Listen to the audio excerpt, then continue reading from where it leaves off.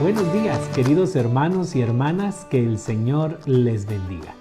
En el Evangelio que la Iglesia nos presenta para este día, que está tomado del Evangelio según San Marcos, en el capítulo 6, versículos del 1 al 6, podemos descubrir una verdad y realidad hermosa, que allí donde hay apertura de la fe, suceden cosas maravillosas. Les invito a que vayamos al Evangelio.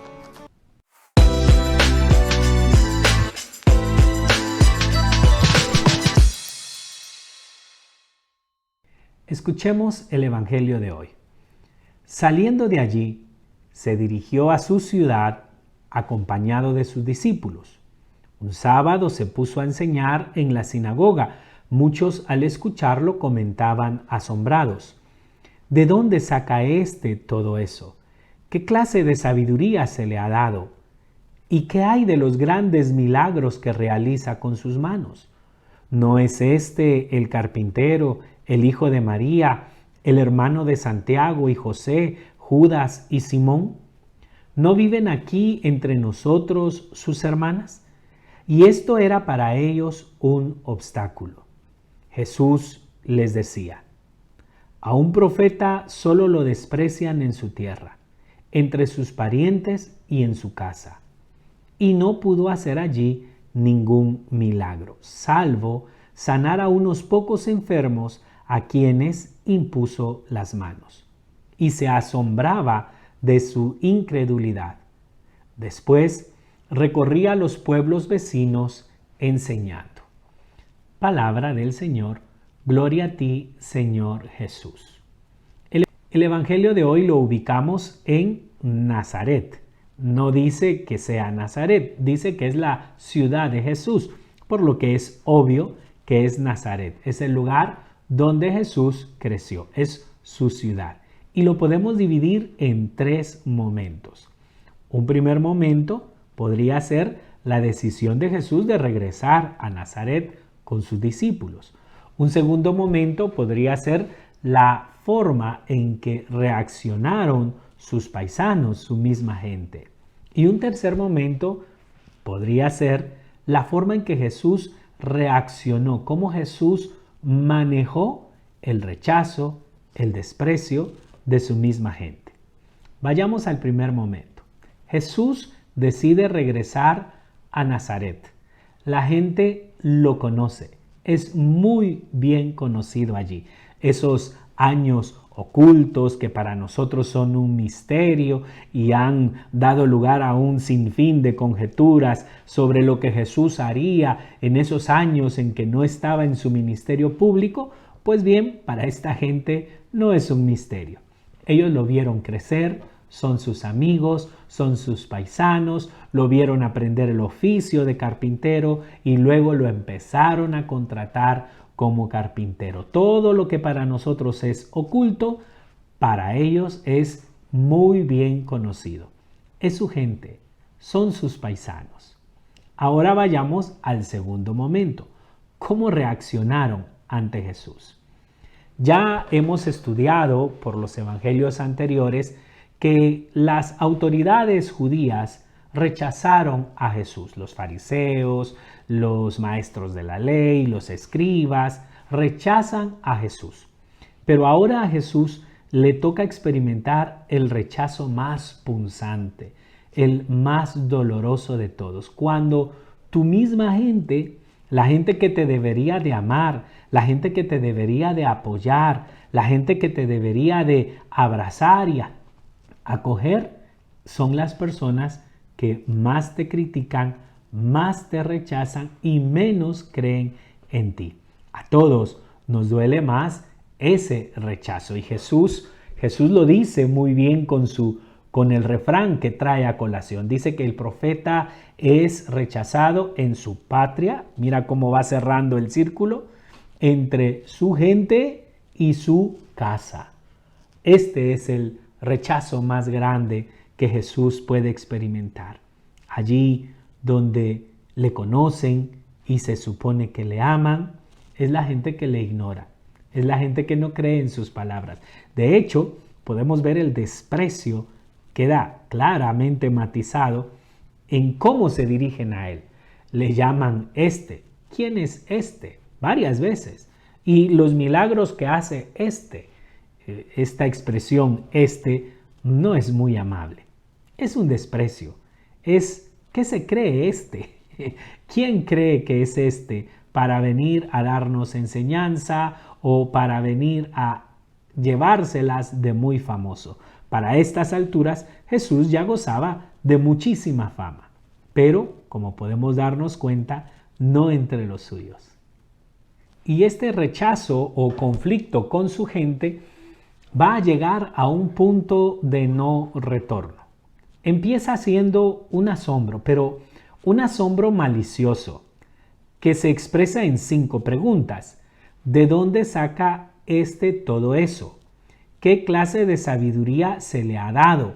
¿Qué hay de los grandes milagros que realiza con sus manos?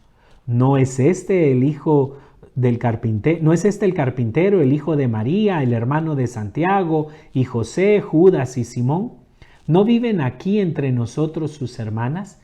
5 preguntas que no están planteadas para conocer mejor a Jesús, para indagar más sobre su persona, para descubrir mejor su misterio, sino que son 5 preguntas que lo que hacen es expresar su rechazo. La primera pregunta es quizá la más importante de todas. ¿De dónde le vienen estas cosas? A ellos no les encaja la persona que conocen con las enseñanzas y los milagros de Jesús. En su lógica no logran encajar la persona que conocen con las palabras, los milagros y la persona que ahora están viendo delante de ellos. Y el conflicto llega a un punto máximo, a un punto de no retorno, cuando el Evangelio dice, y esto era para ellos un obstáculo. La palabra que utiliza en griego es escandalizontón, es decir, escándalo, tropiezo. Ellos se escandalizaban. Vean cómo pasaron del asombro inicial al escándalo final. Primero se asombran, pero no un asombro sano de querer conocer más y mejor, sino cuestionándose, cerrándose ante las palabras y las acciones de Jesús. Y esa cerrazón llega al tropiezo, al escándalo, al rechazo total de las palabras, de la enseñanza y de los milagros de Jesús. Así pues, sus paisanos se niegan a creerle, se cierran a creer en Jesús. ¿No te ha pasado que te encuentras con muchas personas que cuestionan todo? Escuchan una enseñanza, asisten a un evento y todo el mundo sale diciendo, qué lindo mensaje, qué hermoso lo que el Señor dijo. O por ejemplo, ven un video como este de reflexión y la gente dice, oye, qué bonito lo que nos enseñaron, qué lindo lo que estamos aprendiendo. Pero siempre hay alguien que cuestiona, que no cuestiona para conocer más. El problema no es cuestionar. El problema es cuando nuestras preguntas son símbolo de cerrarnos, no de abrirnos a conocer más y mejor. Es que hay 2 maneras de cuestionar. Una es para conocer más y mejor el misterio, para abrirnos de mejor manera a lo que el Señor nos está enseñando. Pero hay otro tipo de cuestionamiento que lo único que quieren es ridiculizar la enseñanza de Jesús. Porque de hecho, como sus paisanos, le dicen, ¿qué nos puede enseñar? ¿De dónde le viene esa sabiduría? ¿Por qué hace esos milagros? Esa manera de preguntar cerrándonos. ¿Te has encontrado con esas personas? Esas personas que escuchan la palabra, asisten a nuestros eventos y salen con preguntas, pero no son preguntas con hambre de conocer más. Son preguntas que expresan la manera triste y lamentable en que se han cerrado a la palabra del Señor. Pero vayamos al tercer momento, que es realmente el que nos importa, porque es impresionante cómo reacciona Jesús ante este rechazo, ante esta ridiculización que hacen sus paisanos sobre su mensaje, sobre sus milagros. Primero, Jesús los afronta citando un proverbio popular. A un profeta solo lo desprecian en su tierra, entre sus parientes y en su casa. Con esto, Jesús se identifica con los profetas y les recuerda la experiencia común de los profetas. ¿Qué tienen en común todos los profetas? Que la gente de afuera de su casa, de afuera de su patria, de afuera de su tierra, los admiraba. Pero los de su casa, los de adentro, la gente que los conoce, no mucho los admiraban, no mucho les creían. Jesús asimila su experiencia de rechazo con la experiencia del rechazo de los profetas. Y con esto hace un movimiento maestro, porque valida sus palabras y su misión precisamente con el rechazo que está sufriendo. En otras palabras, les dice, a mí me está pasando lo que le ha pasado a todos los profetas, que su gente, o sea, ustedes, no los acogen. Así pues, Jesús les muestra que su actitud de rechazo es una prueba fehaciente que lo que Él les está diciendo y lo que quiere hacer en su vida viene de Dios. En segundo lugar, no pudo hacer muchos milagros. Qué triste esto. Y no pudo hacer allí ningún milagro, salvo sanar a unos pocos enfermos a quienes impuso las manos. Primero, el evangelista dice, no pudo. Allí donde no hay fe, no puede actuar Dios. Pero luego nos dice que, aunque pocos, sí hubo algunos milagros. Podemos darnos cuenta de dos verdades. En primer lugar, el rechazo neutraliza la misión de Jesús. Y esto es lo más triste del rechazo, que cuando tú no crees en la palabra que el Señor te da, que cuando tú no crees en la obra que el Señor quiere hacer en tu vida, pues simple y sencillamente el Señor no puede hacerlo. Y por eso muchas personas que viven cuestionándolo todo en la iglesia se quedan sin experimentar esa fuerza salvadora, sanadora del Señor. Ven cómo los demás se gozan, ven cómo los demás disfrutan, ven cómo los demás dan testimonio y ellos se hacen una sola pregunta. ¿Por qué yo no? ¿Por qué yo no sentí eso? ¿Por qué yo no vivo eso? ¿Por qué yo no creo de esa manera?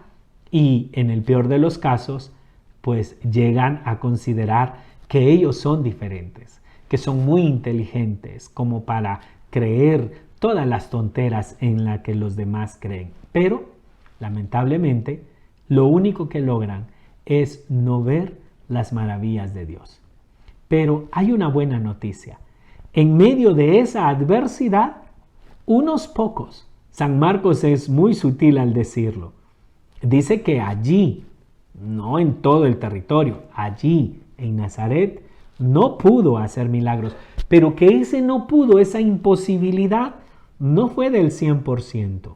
Algo pudo hacer.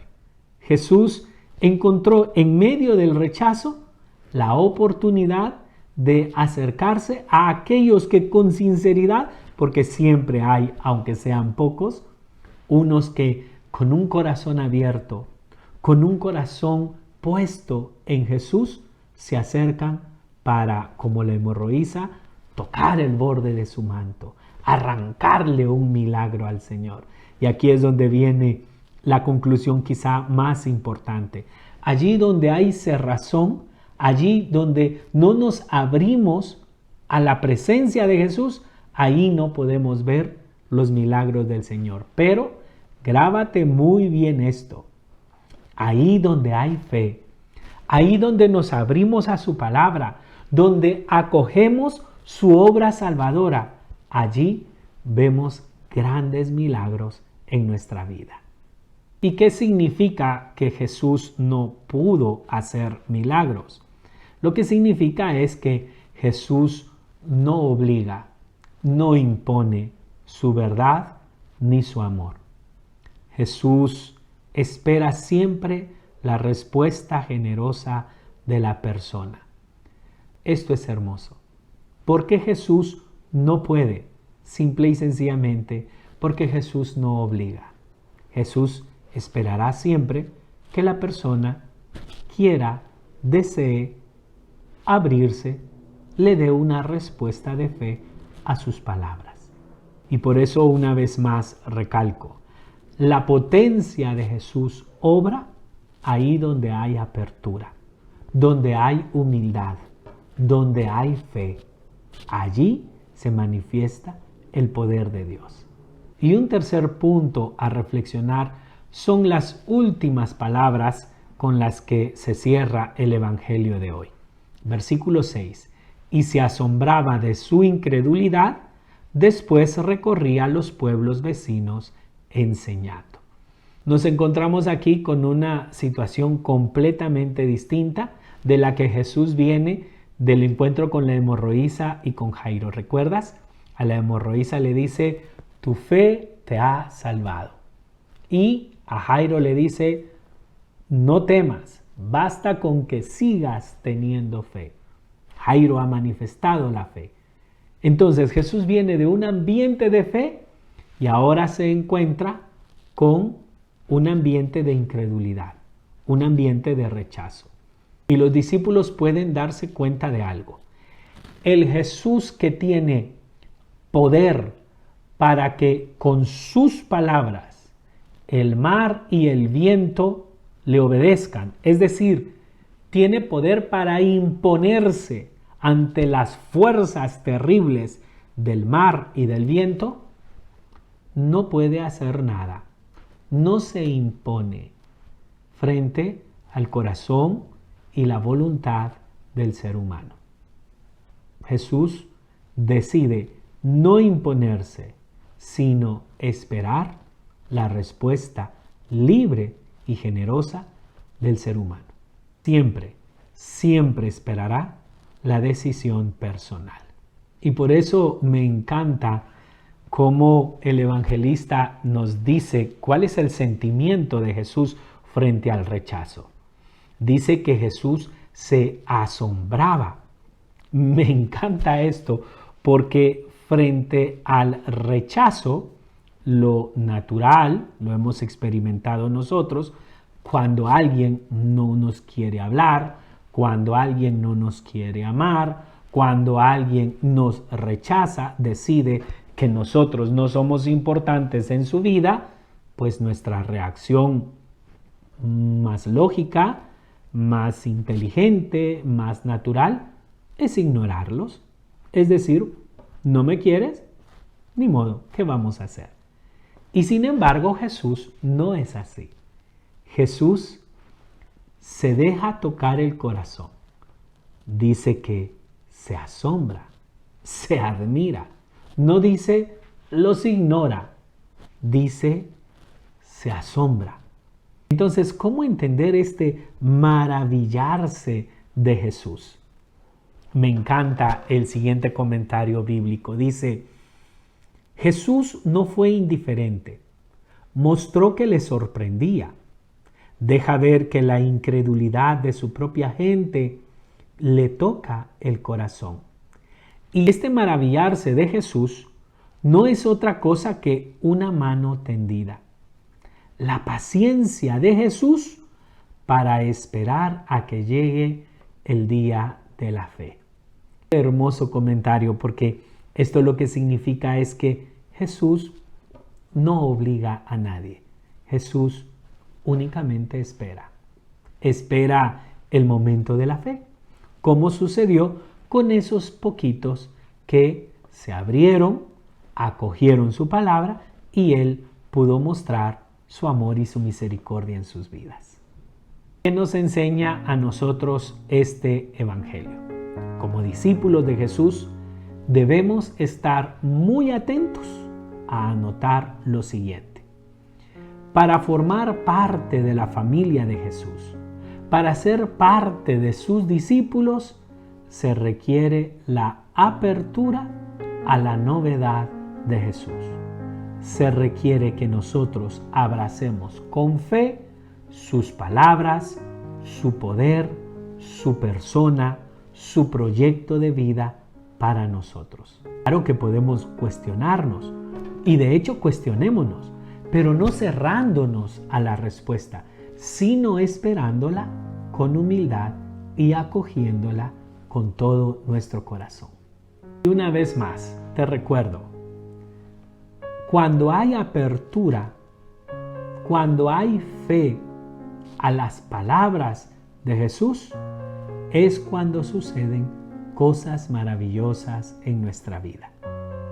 La conclusión del Evangelio es hermoso. Después recorría los pueblos vecinos enseñando.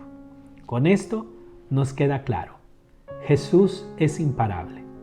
El rechazo, el desprecio no lo detienen, los asimila encontrándole sentido en su misión y los asimila dejándose tocar por ese rechazo, pero no para detenerse, sino para tender su mano y provocar una espera paciente a que aquel que rechaza un día comprenda que lo que él le estaba ofreciendo era una vida llena de plenitud.